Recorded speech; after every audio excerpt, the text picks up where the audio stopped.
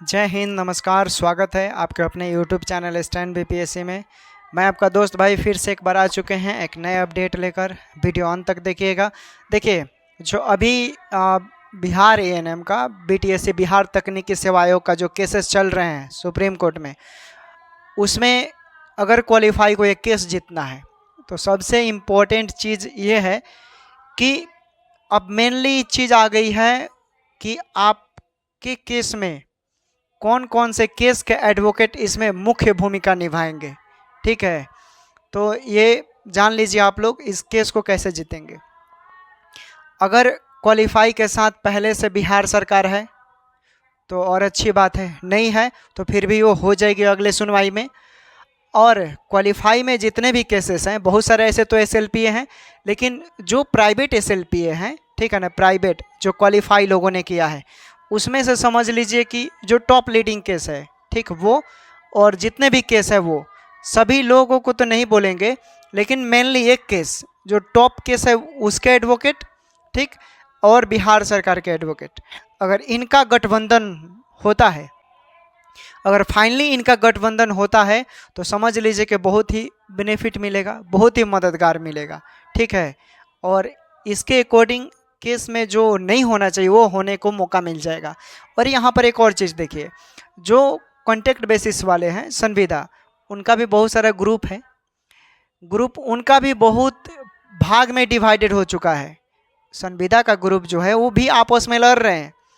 तो इसका बेनिफिट उठाने के लिए, अगर इस केस को और मजबूती प्रदान करने के लिए अगर थोड़ा सा 2 स्टेप आगे बढ़कर सभी लोग सोचे तो मदद मिल सकता है। मदद अब एक दूसरे का टांग खींचने से नहीं मिलेगा।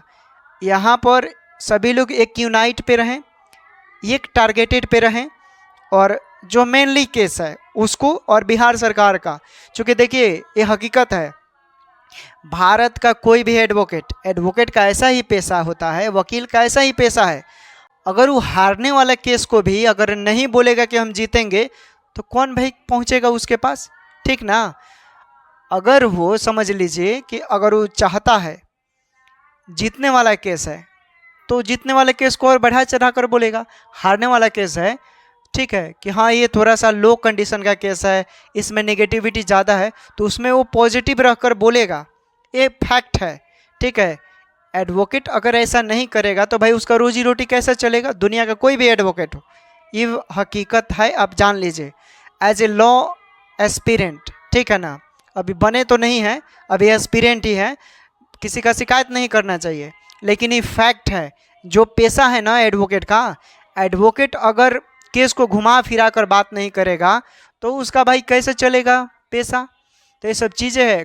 कई लोग ऐसे 10% लोग ऐसे होते हैं जो वास्तविकता बताते हैं।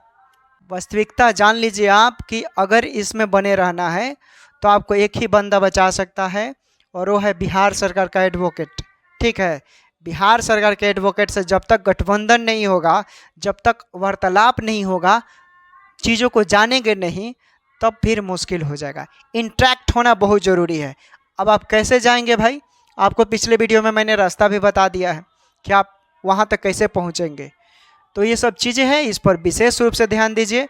ज़्यादा मुझे बोलने की ज़रूरत नहीं है क्योंकि लोग पक चुके हैं, और इसी महीने में कुछ दिनों में नए सिरे से बहाली आने वाली है, जिसको नवंबर तक कंप्लीट करवा देना है।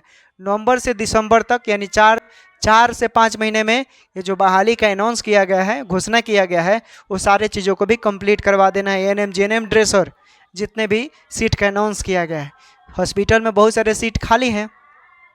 अभी कॉन्ट्रैक्ट बेसिस पर भी बहाली आया था, ठीक है, 11,500 का सैलरी था, उसमें भी समझ लीजिए कितने लोग बैठ रहे हैं, इंटरव्यू बेसिस पर है वो भी बहाली, ठीक।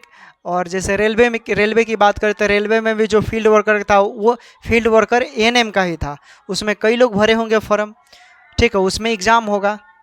तो बाकी ये सब चीज़ें जान ली। अभी आज से रेलवे का भी फॉर्म भरा जा रहा है। जो लोग इच्छुक हैं, आपने ग्रेजुएशन किसी भी डिपार्टमेंट से किया है, आप उस फॉर्म को भर सकते हैं। 21 तारीख वाला फॉर्म इंटर वाले लोग भी भर सकते हैं, ठीक है, इंटर वाले लोग भी भरिए। बी ऑप्शन लेकर चलिए। जो केस है, केस के रिगार्डिंग तो बात होता ही रहेगा, बी ऑप्शन लेकर चलिए, एक चीज़ पर डिपेंड अब नहीं रहना है। ओके, फिर जैसा होगा हम अपडेट देंगे, ठीक है ना। एडवोकेट पर वैसे एडवोकेट पर ही आश्रित रहिए जो आपके लिए लड़ता हो। आप उसके लिए लड़िए जो आपके लिए हक अधिकार की बात करता हो, ठीक है। वैसे लोगों के नहीं कि आप उसके लिए लड़ लिए और वो आपका समर्थन ही नहीं कर रहा है, फिर ऐसे लोगों के लिए लड़ने के लिए क्या फ़ायदा। इसलिए आप समझिए कि आपके लिए कौन आवाज़ उठाया, कौन मेहनत कर रहा है, कौन मेहनत किया, कौन नहीं किया, कौन अपना झोली भर रहा है, ये सभी चीज़ें देखना होगा ना। अब आपको सब चीज़ तो बताने की ज़रूरत नहीं है, आप पेरा गए होंगे इतने दिन से हैं तो सब चीज़ आपको मालूम होगा। तो ये सब चीज़ें भी देख कर चलिए। और रही बात अपडेट करने की, तो जो वास्तविकता होगा, जो फैक्ट होगा, वो चीज़ें हम लोग हैं ही बताने के लिए। और बाकी आपका दिमाग कि आप कितना उसे कैप्चर करते हैं, कितना समझते हैं और कितना उसे धरातल पर पेश करते हैं अपने प्रायोगिक में।